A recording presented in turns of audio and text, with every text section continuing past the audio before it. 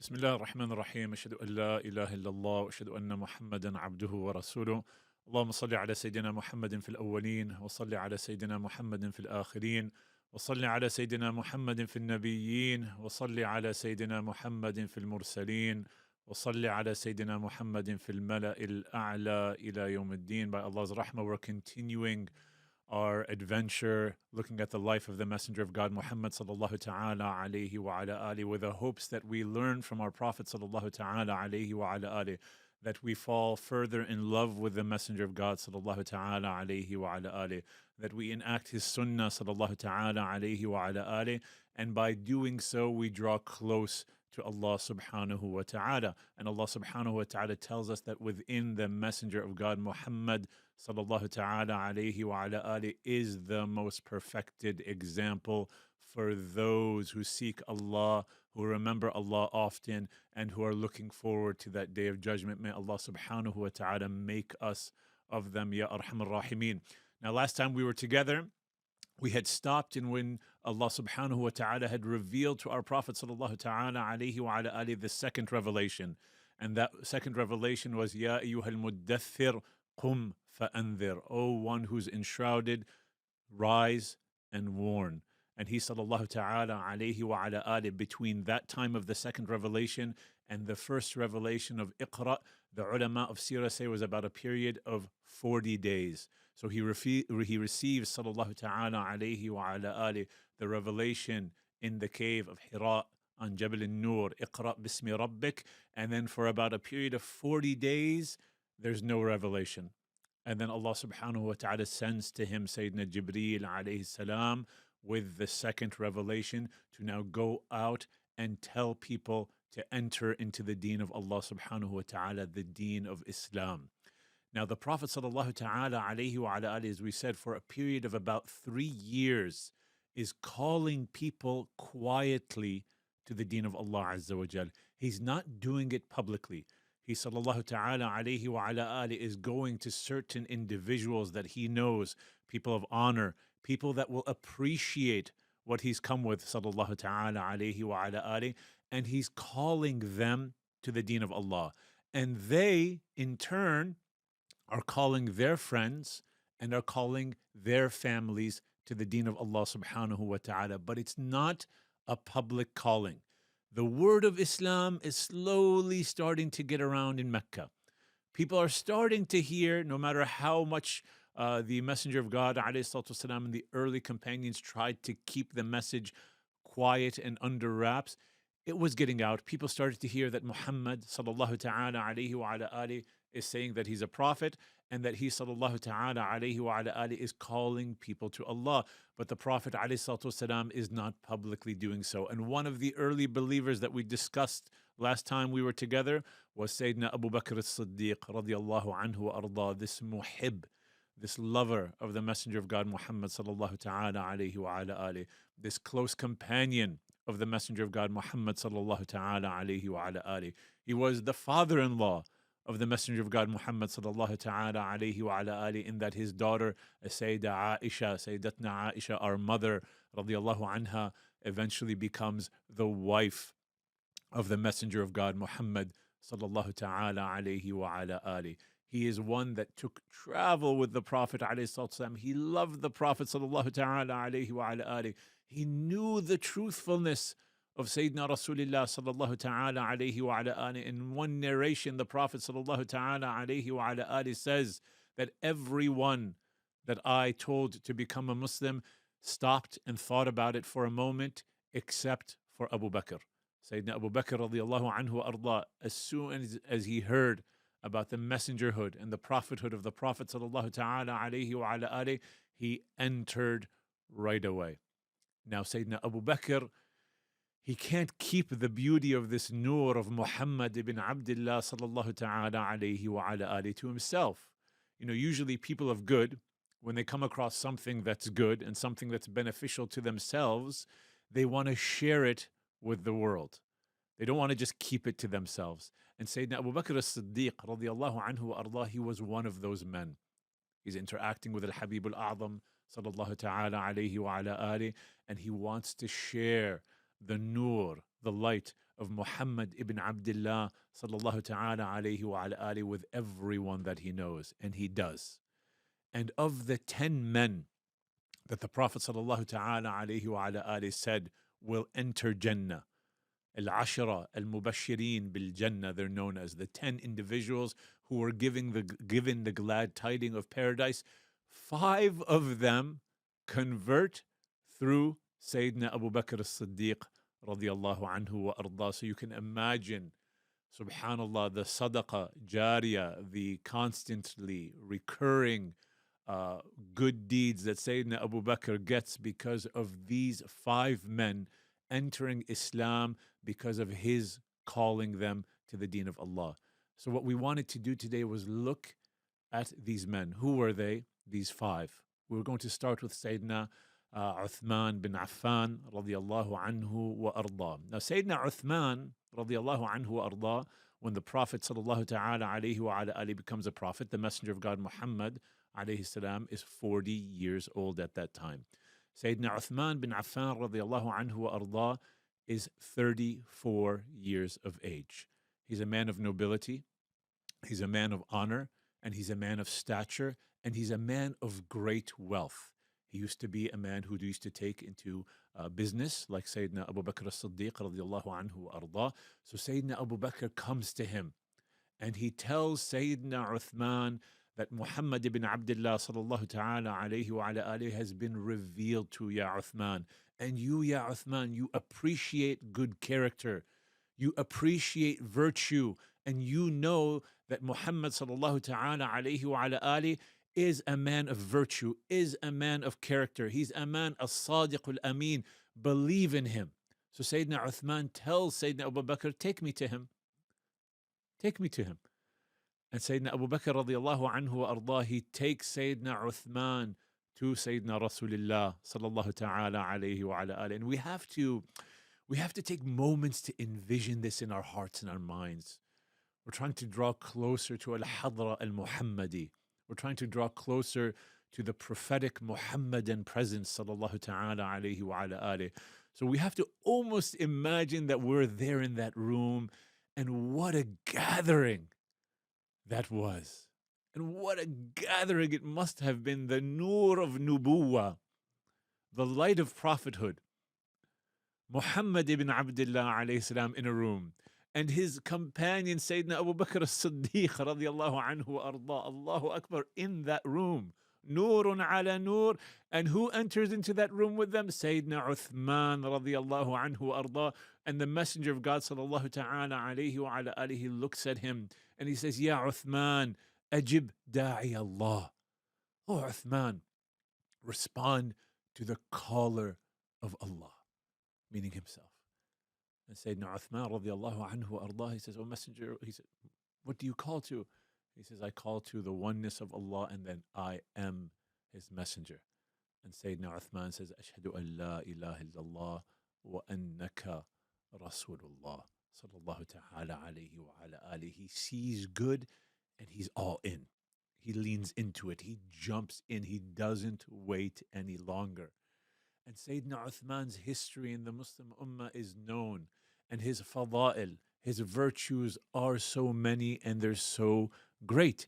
And of the virtues of Sayyidina Uthman radiyallahu anhu wa arda is that he married not just one, but over his lifespan he married 2 of the daughters of the Messenger of God Muhammad sallallahu ta'ala alayhi wa ala alihi. Now what's interesting about this story, and I'm going to share it with everyone inshallah, and I know that there's going to be times in which we're going to recount many of the names of the Sahaba and their relationships and how they're connected, but we really need to understand how tight of a circle Meccan society was and how everyone was related to each other. Now Sayyidina Uthman radiyallahu anhu wa arda, he had an aunt, and her name was Su'da. Su'da becomes a Muslim. And some say in the books of Seerah is that before her Islam, she used to be a soothsayer.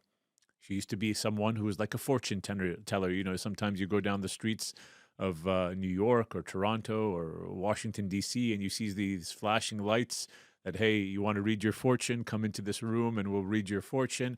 Sayyidatna Su'da, before her entering into the deen of Allah, she was one of those individuals. She was a fortune teller. And she used to say to Uthman radiallahu anhu wa arda, that there's a messenger coming and that you will follow him and you will have the honor of marrying one of his daughters. She used to say that to him before his entry into the deen of Allah subhanahu wa ta'ala. Allah subhanahu wa ta'ala, He would prepare Meccan society and the people of khayr through different means, as we're going to see, to know that there's a prophet that will come. And so what happens, as we mentioned before, the messenger of God, Muhammad sallallahu ta'ala alayhi wa ala alih, of his daughters was Sayyidatna Ruqayya, and of his daughters was Sayyidatna Kulthum. And the two of them were married to two brothers who were their cousins. They were the sons of Abu Lahab. Ruqayya was married to one of the sons of Abu Lahab, Utbah, and Kulthum was married to another son of Abu Lahab, Utaybah. You know the ayah, Tabbat yada Abi Lahab wa Tab. We're going to get into that. And so they were divorced by their cousins. And so when Sayyidatna Ruqayya radiallahu anha was divorced by Utbah, Sayyidina Uthman radiallahu anhu wa arda came right away, and he asked the Messenger of God sallallahu ta'ala alayhi wa ala ali for Ruqayya's hand in marriage. And the Prophet sallallahu ta'ala alayhi wa ala ali accepted and gave Sayyidina Uthman the hand of Ruqayya in marriage. And Su'da used to say in some poetry, this is the aunt of Sayyidina Uthman, that there is no couple more beautiful than Sayyidina Uthman and Ruqayya. That if anyone wants to look at the most beautiful couple, husband and wife, that's walking on earth, let them just look at the beauty of Sayyidina Uthman and his wife Sayyidatna Ruqayya, the daughter of the Messenger of God, Muhammad sallallahu ta'ala alayhi wa ala alihi. Now, can you imagine, Allahu Akbar, how an honorable station it is for Sayyidina Uthman radiallahu anhu wa arda to be now the son-in-law of Sayyidina Rasulullah sallallahu ta'ala alayhi wa ala alihi. And a short period of time goes on, and Ruqayya, the daughter of the Messenger of God alayhi sallam, returns to Allah's rahmah. And now Uthman he's down, he's depressed, he's saddened. His wife, Sayyidatna Ruqayya, has returned to Allah, the daughter of the Messenger of God sallallahu ta'ala alayhi wa ala alihi. And the Prophet sallallahu ta'ala alayhi wa ala alihi comes and he gives him glad tidings that he's going to marry Uthman to the Prophet's other daughter, Kulthum. And he marries Kulthum. So Sayyidina Uthman bin Affan radiallahu anhu wa arda is the only companion in the history of companions of any prophets that married two daughters of one prophet. And Allah subhanahu wa ta'ala gives Sayyidina Uthman radiallahu anhu wa ardahu this honor. And I want us just to expand time as we're going through the linear seerah, just to look at the virtues of these individuals. Because if any of us get the honor of going to Mecca al-Mukarramah and Al-Madina al-Munawwara, and we walk in the footsteps of these individuals, we have to understand that we are walking in the footsteps of giants, of mountains. We have to know who these individuals were. And one day Sayyidina Rasulullah sallallahu ta'ala alayhi wa ala alihi is standing on the mountain of Uhud. And this is a hadith marwi fi sahih of Imam al-Tirmidhi. Anna Rasulullah sallallahu ta'ala alayhi wa ala alihi صعد أحدا وأبو بكر وعمر وعثمان were with him. That the Prophet sallallahu ta'ala alayhi wa ala alihi climbs the mountain of Uhud. Now this is when they're in Medina. And Sayyidina Abu Bakr wa Sayyidina Umar wa Sayyidina Uthman were with him. فَرَجِفَ بِهِمْ. The mountain of Uhud starts to shake. I mean, you can imagine your Uhud, and Sayyidina Nabi alayhi salatu wasalam is standing on you. Sayyidina Abu Bakr is standing on you. Sayyidina Umar is standing on you. Sayyidina Uthman is standing on you. You would have to be in awe. If we were to see them, I don't think our hearts could contain it. We maybe would have a heart attack.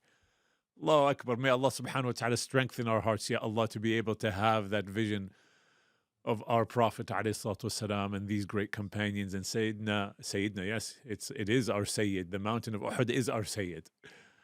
The mountain of Uhud starts to shake, and the Prophet ﷺ speaking to the mountain of Uhud, he says, Uthbut Uhud, Uhud, be firm. فإنما عليك نبي وصديق وشهيدان. He says, be firm, O Uhud, for verily upon you is a prophet, speaking about himself, a Siddiq, a man of truth, Abu Bakr, and two shuhada.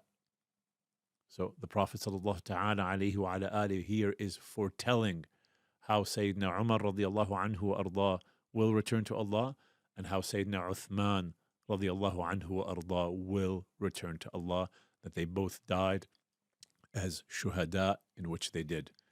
And he sallallahu ta'ala alayhi wa ala alihi, in this beautiful narration by Sayyidah Aisha, she says that the Messenger of God sallallahu ta'ala alayhi wa ala alihi was laying down in his home. Now this is again in Al-Madina al-Munawwara. And she says in this hadith that a part of his leg was uncovered. And it could have been his ankle or his thigh. And someone knocks on the door, and it's Sayyidina Abu Bakr, and the Prophet sallallahu ta'ala alayhi wa ala alihi allows him to come in, and the Prophet sallallahu ta'ala alayhi wa ala alihi doesn't cover up his leg. Okay, imagine this scene again. The Prophet alayhi salatu is laying down in his home. He sallallahu ta'ala alayhi wa ala alihi is relaxed. A part of his leg is exposed. We don't know exactly which part. Sayyidina Abu Bakr radiallahu anhu arda comes in. The Prophet sallallahu ta'ala alayhi wa ala alihi doesn't cover up that part of his leg. And then there's a knock on the door. And who is it? Sayyidina Umar radiallahu anhu arda. And he comes in. And the Prophet sallallahu ta'ala alayhi wa ala alihi does not cover up part of his leg. And then there's a knock on the door. And who is it? It's Sayyidina Uthman. The Prophet sallallahu ta'ala alayhi wa ala alihi covers up his leg. And he was asked about this, O Messenger of God, your other companions came in and you didn't cover up your leg. But Sayyidina Uthman comes in and you're covering up your leg. And why did you do so? He says, أَلَا أَسْتَحِي مِنْ رَجُلٍ يَسْتَحِي مِنْهُ الْمَلَائِكَةِ. اللهم صل وسلم وبارك عليك يا سيدي يا رسول الله. والله إنك لنور يا حبيب الله. You teach us so much, O Messenger of God, sallallahu ta'ala alayka wa ala alik. Wallahi ya Rasulullah, what a gift. You're a gift, you're a gift, you're a gift. Allahu Akbar. He said, shouldn't I be modest in front of the one, meaning Uthman, that the malaika feel modesty around? And so, even in front of the presence of Sayyidina Uthman, Sayyidina Nabi sallallahu ta'ala alayhi wa ala alihi would cover up more so in modesty. But there's a point here that I want to bring up to all of us that are part of communities and we have friendships. The Prophet sallallahu ta'ala alayhi wa ala alihi, you see with Sayyidina Abu Bakr, with Sayyidina Umar, and with all of his companions, he was real. He didn't constantly try to, how do we say in a way that is becoming of the Prophet ﷺ, but there's this concept we have of sort of letting our hair down, being able to be friends in real moments. And the Prophet ﷺ, he had that suhbah, he had companionship with his companion in real life moments. Many of us, most of our relationships with each other is when we go to a masjid, we have a dinner together, we play a game of basketball maybe, we see each other at a mutual friend's dinner, and then we go home and we act as if we're the best of friends. No, we don't even have real relationships at that point. The Prophet ﷺ, he established real relationships with his companions. He allowed them into his home. He allowed them into the most intimate realities of his life. And he ﷺ was involved in the most intimate realities of their lives. And they became as one body, one unit, working together with principles to move towards Allah and His Messenger sallallahu ta'ala alayhi wa ala alihi. He had real suhbah, real companionship with these amazing individuals that the Prophet sallallahu ta'ala alayhi wa ala alihi was blessed with by Allah. He didn't just treat them as if they were his students who would just carry his shoes and take care of all of his needs. And as long as they were serving him, then they were okay. No, he was constantly, sallallahu ta'ala alayhi wa ala alihi, in their khidmah. And for you and I to have real relationships with the people that Allah subhanahu wa ta'ala put in our lives, we have to act and be the same way that the Prophet sallallahu ta'ala alayhi wa ala alihi was with them. We have to let our hair down at times. And this is something that Sayyidina Nabi sallallahu ta'ala alayhi wa ala alihi taught us so beautifully in this simple story with Sayyidina Abu Bakr, with Sayyidina Umar radiyallahu anhu wa arda. And he says this sallallahu ta'ala alayhi wa ala alihi in this incredible hadith foretelling the death of Sayyidina Uthman radiyallahu anhu wa arda. He sallallahu alayhi wa sallam says, "Man naja min thalathin faqad naja." Whomsoever is saved or gets through these three things, he's been saved, she's been saved. Number one, mawti. La ilaha illallah. Number one, my death. Number two, wad-dajjalu, and the impostor, the Dajjal. And number three, وَقَتْلُ خَلِيفَةٍ مُسْتَبِرٍ بِالْحَقِّ يُعْطِيهِ, and the killing of a Khalifa who gives what is due. The Prophet sallallahu ta'ala alayhi wa ala alihi is saying, whomever is saved, whoever can get through these three things is truly saved.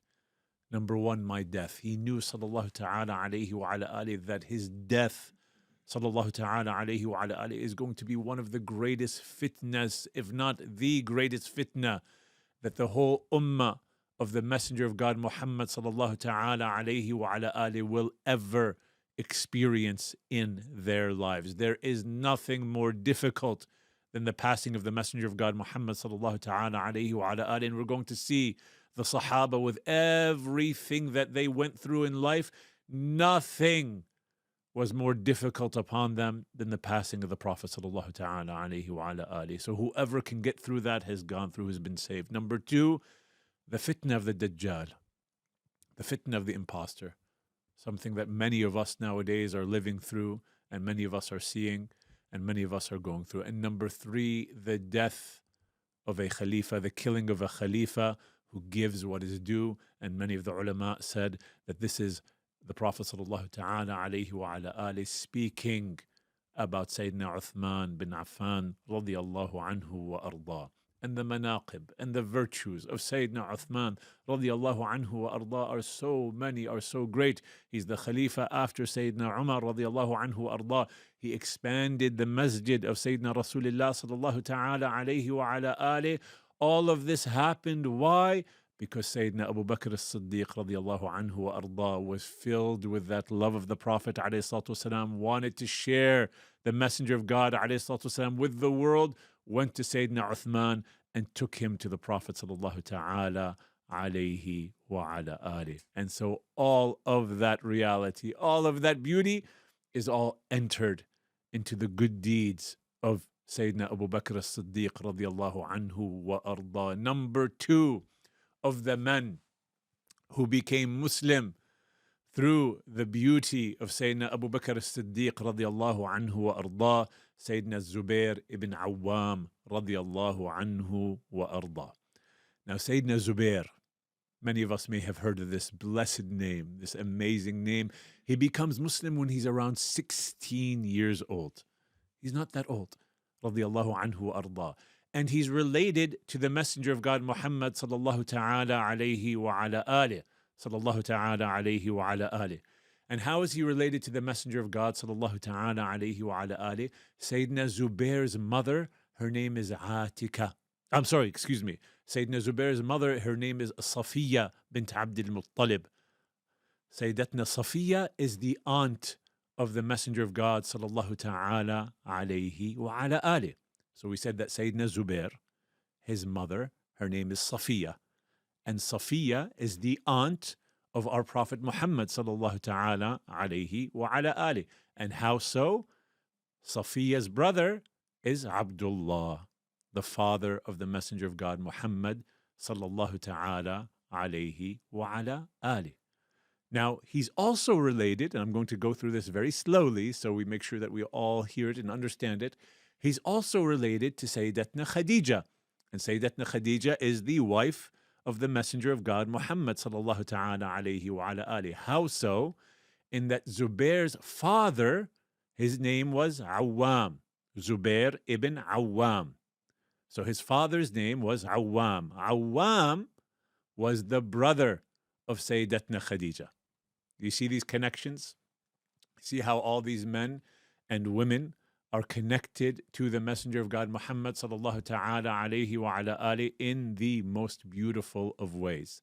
Now, Zubair's father dies when Sayyidina Zubair ibn Awwam radiallahu anhu wa arda is at a young age.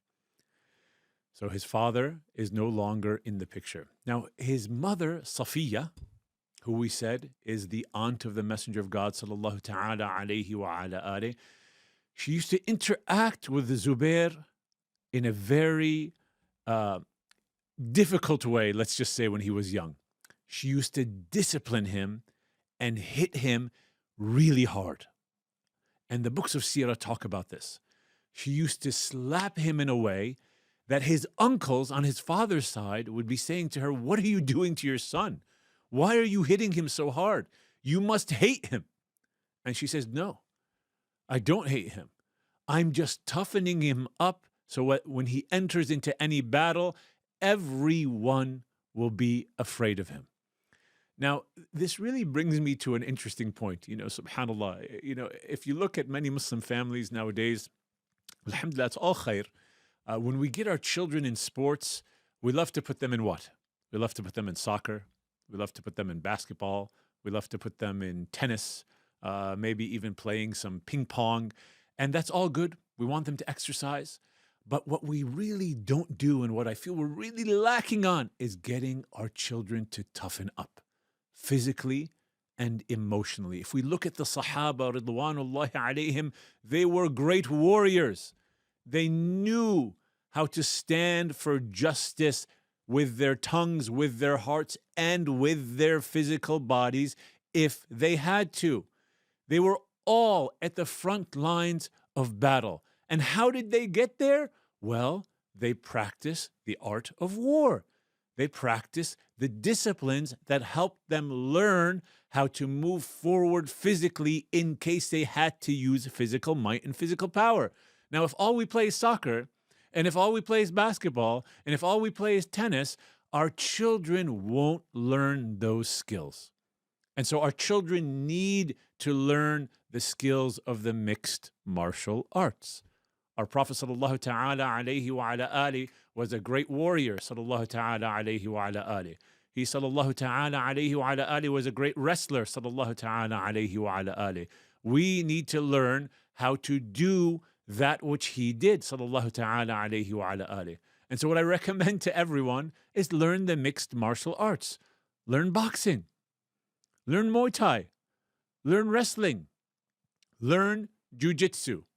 These are things that the Messenger of God sallallahu ta'ala alayhi wa ala alihi, of them of wrestling, that he himself participated in.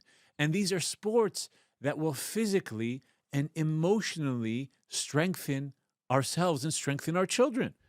And so Zubair radiallahu anhu wa arda, his mother used to hit him really hard, but we'll see in the future he becomes one of the greatest warriors of the deen of Allah subhanahu wa ta'ala. He becomes one of the greatest men defending the Messenger of God sallallahu ta'ala alayhi wa ala ali. And had he not had that upbringing, he wouldn't have had that stature in the future. Now, there's some interesting stories about Sayyidina Zubair ibn Awwam radiallahu anhu wa arda that I want to share. Remember, he becomes Muslim when he's 16 years old. And he loves Al-Habib Al-A'zam sallallahu ta'ala alayhi wa ala alihi wa Rasul Al-Afkham. And one day, Sayyidina Zubair, he hears a rumor that in Mecca al-Mukarramah, the Prophet sallallahu ta'ala alayhi wa ala alihi was abducted. Someone took him. And Sayyidina Zubair, upon hearing this, he gets his sword and he unsheaths his sword. He's walking around Mecca al-Mukarramah radiallahu anhu wa arda, looking and searching for who took the messenger of God sallallahu ta'ala alayhi wa ala alihi. Now the Prophet ﷺ wasn't abducted. He was in the mountain range of Mecca al-Mukarramah. He comes at this time back into Mecca al-Mukarramah. He sees Zubair ibn Awwam with his sword out and he says, "What's going on, ya Zubair?" He said, "Oh Messenger of God, sallallahu ta'ala alayhi wa ala alihi, I heard that you were abducted, so I was coming to rescue you." And the Prophet sallallahu ta'ala alayhi wa ala alihi became happy. And he made dua for Az-Zubair. And he made dua for the sword of Az-Zubair radiallahu anhu wa arda. So he became known as the first person who ever pulled the sword out for the deen of Allah subhanahu wa ta'ala. Az-Zubair, on the day of Uhud, on the battle of Uhud, Sayyidina Zubair radiallahu anhu wa arda, excuse me, not on the battle of Uhud, on the battle of Badr, he radiallahu anhu wa arda came out wearing a yellow imama, a yellow turban. He had a yellow turban tied around his head, radiallahu anhu arda, and part of the turban came down in front of him. And the Prophet sallallahu ta'ala alayhi wa ala alihi, he said upon seeing this, that the malaika have came down from the heavens and they're wearing a turban that's yellow, following Az-Zubair ibn Awwam radiallahu anhu wa arda. So the malaika came down, mimicking the dress of Sayyidina Zubair ibn Awwam radiallahu anhu wa arda. And one more thing I want to share with you about Sayyidina Zubair. Two men, as we're going to find in the history of Islam, the Prophet sallallahu ta'ala alayhi wa ala alihi combined his own parents for Fidaka abi wa ummi. He said this, Sayyidina Rasulullah sallallahu ta'ala alayhi wa ala alihi, one time to Sayyidina Zubair, and he sallallahu ta'ala alayhi wa ala alihi, he said this one time to Saad ibn Abi Waqqas, "May my parents be a ransom for you."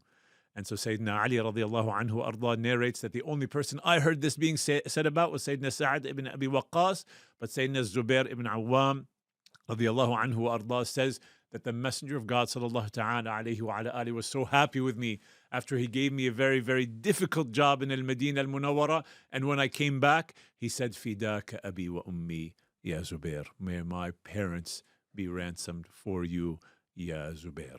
So you can imagine these men being in the presence of Sayyidina Rasulullah sallallahu ta'ala alayhi wa ala alihi, and having that suhbah of Sayyidina Rasulullah, and Zubair enters Islam through the hands of Sayyidina Abu Bakr Al-Siddiq radiallahu anhu wa arda. So all of that good in the life of Sayyidina Zubair returns back to Sayyidina Abu Bakr Al-Siddiq radiallahu anhu wa arda. A third man who Allah subhanahu wa ta'ala an'am alayh, a man that Allah subhanahu wa ta'ala gave from his bounties, gave from his khayrat, he gave from his goodness, Sayyidina Talha ibn Udaid'illah radiallahu anhu wa arda. And Sayyidina Talha's story is another unique, beautiful story. And Sayyidina Talha is from the 10 men who were promised Jannah radiallahu anhu wa arda. And he fought in all of the battles with the Messenger of God sallallahu ta'ala alayhi wa ala alihi, except for the battle of Badr. He was in a different place, not knowing that the Prophet sallallahu ta'ala alayhi wa ala alihi had gone out for that battle, and he came back and it was too late. But we're going to hear what Sayyidina Talha does in Uhud is incredible. Now Sayyidina Talha, he was also involved in trade, and he was in the area of Asham. And he says, I was in this store, I was in the marketplace, and a priest comes out, and the priest says, "Are there anyone here from the lands of the Haram, from the lands of the sanctity of the Kaaba?" And Sayyidina Talha says, "I'm from that area." And he says, "Has the Prophet come out yet?" And Sayyidina Talha says, "The Prophet? What Prophet are you talking about?" And he says, "Ahmad, Muhammad, the son of Abdullah, the son of Abdul Muttalib. It's the time for him to come out. According to the prophecies, he should be a Muslim, he should be, a prophet in this month." Sayyidina Talha hears this news, and you'll get an idea of his personality. He leaves all of his friends and rushes back to Mecca al-Mukarramah. And he goes to his family. He says, "Is there any news?" They said, "Well, Muhammad is claiming that he's a prophet." Sallallahu ta'ala alayhi wa ala alihi. And so Sayyidina Talha radiallahu anhu wa arda goes to his close friend Sayyidina Abu Bakr as-Siddiq radiallahu anhu wa ardahu, and he says, what's this news I'm hearing about Muhammad? And Sayyidina Abu Bakr radiallahu anhu wa ardahu tells him, Ya Talha, Muhammad is the messenger of God sallallahu ta'ala alayhi wa ala alihi. Let's go so you believe in him. And Sayyidina Talha went with Sayyidina Abu Bakr and he took his shahada with the messenger of God sallallahu ta'ala alayhi wa ala alihi. Now, an interesting story about the connection of Sayyidina Abu Bakr and the connection of Sayyidina Talha. You want to talk about real friendships, real connectivity. When Quraysh was torturing the early Muslims, a man by the name of Nawfal ibn Khuwaylid. Nawfal was, we said before, he's the brother of Sayyidatna Khadija. Nawfal was not a believer. And Nawfal was known as the Asad, the lion of Quraysh. He used to torture all of the early believers. When he heard about the Islam of Sayyidina Talha and Sayyidina Abu Bakr, he would go and he would get a rope, one rope, and he would tie Sayyidina Abu Bakr and Sayyidina Talha together in that rope. You can imagine them sitting back to back, and he would get that rope, a really thick, rough rope. He would tie them in so that they couldn't move. So Sayyidina Abu Bakr and Sayyidina Talha were known amongst the companions in later life, as they would joke and laugh about the things that they went through in the early days of Mecca, as the two that were tied in one rope. I mean, you want to talk about really going through experiences of life together. I mean, that's an experience. Can you imagine the connection of Sayyidina Talha radiallahu anhu wa arda and Sayyidina Abu Bakr radiallahu anhu wa arda? After going through that together, it bonds their hearts. It bonds their spirits. It bonds their minds together. And for us to bond together as brothers and sisters so that we truly feel that I love for you that which I love for myself, it means that you and I have to go through real life experiences together. We have to go through thick and thin. And I'm going to tell you about one of the thick moments that Sayyidina Talha went through with the Messenger of God sallallahu ta'ala alayhi wa ala alihi on the day of Uhud. Just so again we have this idea of this expansive, amazing character of Sayyidina Talha radiallahu anhu wa arda. On the day of Uhud, Sayyidina Zubair ibn Awwam, who we spoke about earlier today, he says that the Prophet sallallahu ta'ala alayhi wa ala alihi was wearing two coats of armor. He was wearing sallallahu ta'ala alayhi wa ala alihi two coats of armor. And he was climbing up the mountain of Uhud. And who was with him was Sayyidina Talha. Now, if you've ever been to Uhud and you try climbing up Uhud, it's very difficult to climb Uhud, even if you're not even wearing any armor, if you're just wearing normal clothing. So the Prophet sallallahu ta'ala alayhi wa ala alihi was having difficulty climbing the mountain of Uhud. So what does Sayyidina Talha do? Ya Allah, Sayyidina Talha, Allahu Akbar. He puts his back down in front of the Prophet sallallahu ta'ala alayhi wa ala alihi. And the Prophet sallallahu ta'ala alayhi wa ala alihi takes his blessed foot and he steps on the back of Sayyidina Talha so that he can move up to a better place. He gave the Prophet sallallahu ta'ala alayhi wa ala alihi his back, and the Messenger of God sallallahu ta'ala alayhi wa ala alihi stepped on his back with his blessed foot. And after he does this, he said, Awjaba Talha. Talha has fulfilled his obligations, meaning Awjaba, meaning Talha will enter Jannah. Now, why is it that Talha gives the Prophet sallallahu ta'ala alayhi wa ala alihi his back to step on, and he gets into Jannah? I want to take us to Al-Madina al-Munawwara for one moment. And the Prophet sallallahu ta'ala alayhi wa ala alihi told us about a special place in his mosque. It's called Ar-Rawdah, the Garden of Paradise. And the Prophet sallallahu ta'ala alayhi wa ala alihi says, Bayna bayti wa mimbari rawdatun min riyadil Jannah. What's between my home, and in one narration, qabri, my resting place, and my mimbar, where I stand to give the khutbah, is a garden of the gardens of paradise.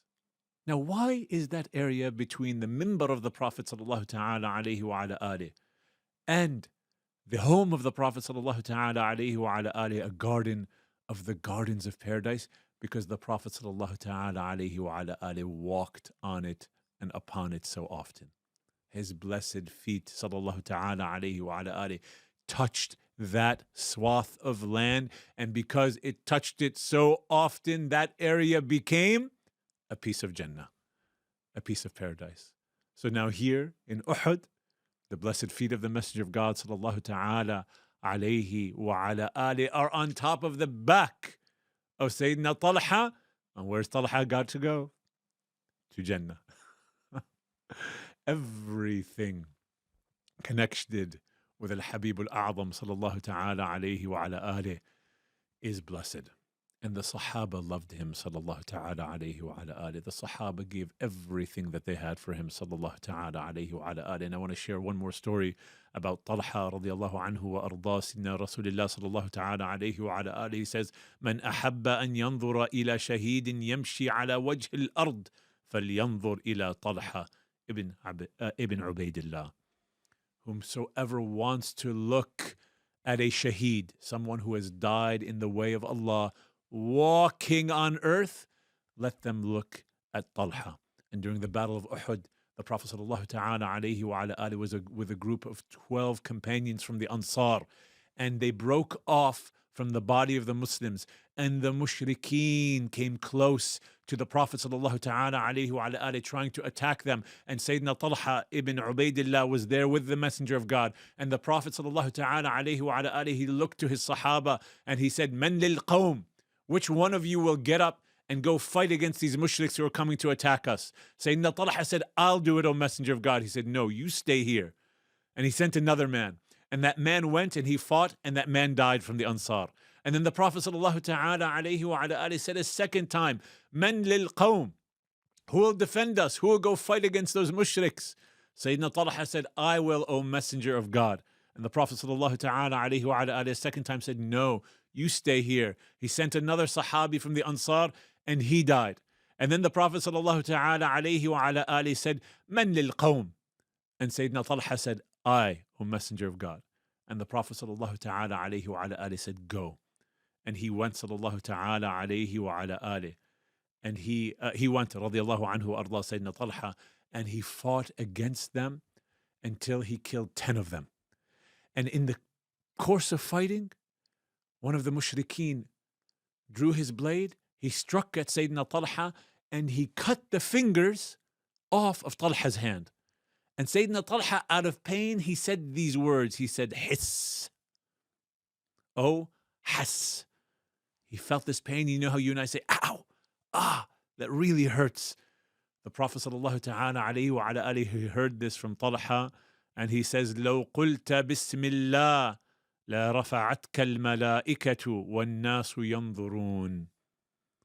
Oh Talha, if you said at that moment when you got hit, Bismillah, instead of "ow," the malaika would have came and carried you in front of everyone to witness, because of the amazing nature of what you are doing. He gave his whole life defending the Messenger of God, Muhammad sallallahu ta'ala alayhi wa ala alihi. And we have 2 more men that became Muslim on the hands of Sayyidina Abu Bakr As-Siddiq radiyallahu anhu wa arda. One of them was Sayyidina Abdur-Rahman bin Auf radiyallahu anhu wa arda. And his name originally was Abdu-Amr. And the Prophet sallallahu ta'ala alayhi wa ala alihi changed his name to Abdur-Rahman. Abdur-Rahman radiyallahu anhu wa arda was the wealthiest man of the Sahaba ridwanullahi alayhim. And he gave all of his wealth in the way of Allah subhanahu wa ta'ala. And he was constantly by the side of the Messenger of God sallallahu ta'ala alayhi wa ala alihi. And Sayyidina Abdur-Rahman was at every war side by side with the Messenger of God sallallahu ta'ala alayhi wa ala alihi. And he came to Islam through the beauty of Sayyidina Abu Bakr As-Siddiq radiyallahu anhu wa arda. And we have Sayyidina Saad ibn Abi Waqqas radiyallahu anhu wa arda. And he was at all of the battles radiyallahu anhu wa arda. And he radiyallahu anhu wa arda sees a dream. How does he become Muslim? He sees a dream in which he's walking in complete darkness. And then while he's walking through that darkness, he sees a light. And he starts to follow that light. And when he gets to where that light is emanating from, he sees Sayyidina Abu Bakr. He sees Sayyidina Ali, and he sees Zayd ibn al-Haritha, and then he wakes up. And then he goes to Sayyidina Abu Bakr, and he said, I saw this dream. What's going on? And Sayyidina Abu Bakr as-Siddiq radiallahu anhu wa ardah tells Sayyidina Saad that Muhammad ibn Abdullah sallallahu ta'ala alayhi wa ala ali is the Prophet of God.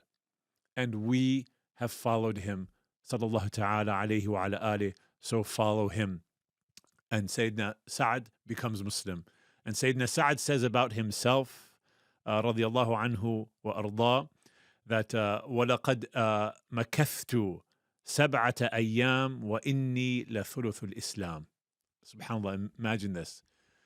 He said there were 7 days that had passed, and I was 1/3 of the people that were Muslim. Can you imagine this honor that Sayyidina Saad ibn Abi Waqqas gets? That there's a point in life, like right now, how many billions of Muslims are there? If you look at it, now you drive anywhere and there's masajids, and there are halal restaurants, and there's a halal grocery, and you see a sister wearing a hijab, and you see a brother with a topi, a kufi on his head, and you see people praying, and the world is filled with the beauty of La ilaha illallah Muhammadur Rasulullah sallallahu ta'ala alayhi wa ala ali. But there was a time when Sayyidina Sa'ad is telling us that he was 1/3 of everyone that was a believer. And Sayyidina Sa'ad had a mother, and he loved her very much. And she was a woman who became very, very angry that when Sayyidina Sa'ad radiallahu anhu wa ardah became Muslim, and she swore that she would never eat or drink until he leaves the deen of Allah, leaves the deen of Muhammad alayhi salam, and comes back to worshipping idols. And she would say to him, doesn't your Quran and doesn't your Prophet tell you that you have to be dutiful to your mother? This is the reverse psychology that she used to use on him. Well, in that case, then your mother is telling you that you leave the deen of Allah and you leave this prophet and you go back to worshipping idols, or I will not eat and I will not drink. And she did that upon herself, and it hurt Sayyidina Sa'ad very much. It was a very painful thing to do, but it never stopped him from his belief in Allah and his messenger sallallahu ta'ala alayhi wa ala ali, until at one point he comes to his mother, and you can imagine the scene, and he says, my mother, if you had 100 lives, 100 souls, and they were given to you one after the other, and each one of them died of starvation, I would let that happen before I would ever leave the deen of Allah and his messenger sallallahu ta'ala alayhi wa ala ali. And at that point she realized that there was no way that she was going to get her son to leave the calling of Muhammad ibn Abdullah sallallahu ta'ala alayhi wa ala ali. So she started to eat and she started to drink. These are 5 of the men who were the early believers that came to the deen of Allah through the beauty of Sayyidina Abu Bakr as-Siddiq radiallahu anhu wa ardah. And what I'm sharing about their story is just a drop compared to who they were and what they did for you and I. But what you and I are going to notice is that constantly they were sacrificing for Allah and His Messenger. Their life was constantly moving for the deen of Allah and for the beauty of Muhammad ibn Abdullah sallallahu ta'ala alayhi wa ala alihi. They were not complacent. May Allah subhanahu wa ta'ala, Ya Rabbi, Ya Kareem, raise them in rank and allow them and allow us to learn from them. Wa sallallahu ala Sayyidina Muhammadin wa ala ali wa sahbihi ajma'een walhamdulillahi rabbil alameen. We've closed our session, inshallah, today as we're looking at the early believers, and we'll continue, inshallah, next week looking at the early believers involved in the life of the Messenger of God, Muhammad sallallahu ta'ala alayhi wa ala alihi. But to those that are here on the Zoom class, I wanted to give my salam to you. I can see when you type and anything that you're writing, and just to see how you're all doing, bi'idhnillahi ta'ala. And I hope that by Allah's rahmah, you and I are both mutually benefiting from the seerah of the life of the Messenger of God, Muhammad sallallahu ta'ala alayhi wa ala alihi. And I wanted to give you the opportunity, if anyone had anything to share. I think now this is session number 7 that we've completed so far in looking at the life of the Messenger of God sallallahu ta'ala alayhi wa ala alihi. If there was any reflection or anything that anyone wanted to share from the group that's with us here in the Zoom class before we close our session today. If you raise your hand, we can unmute you.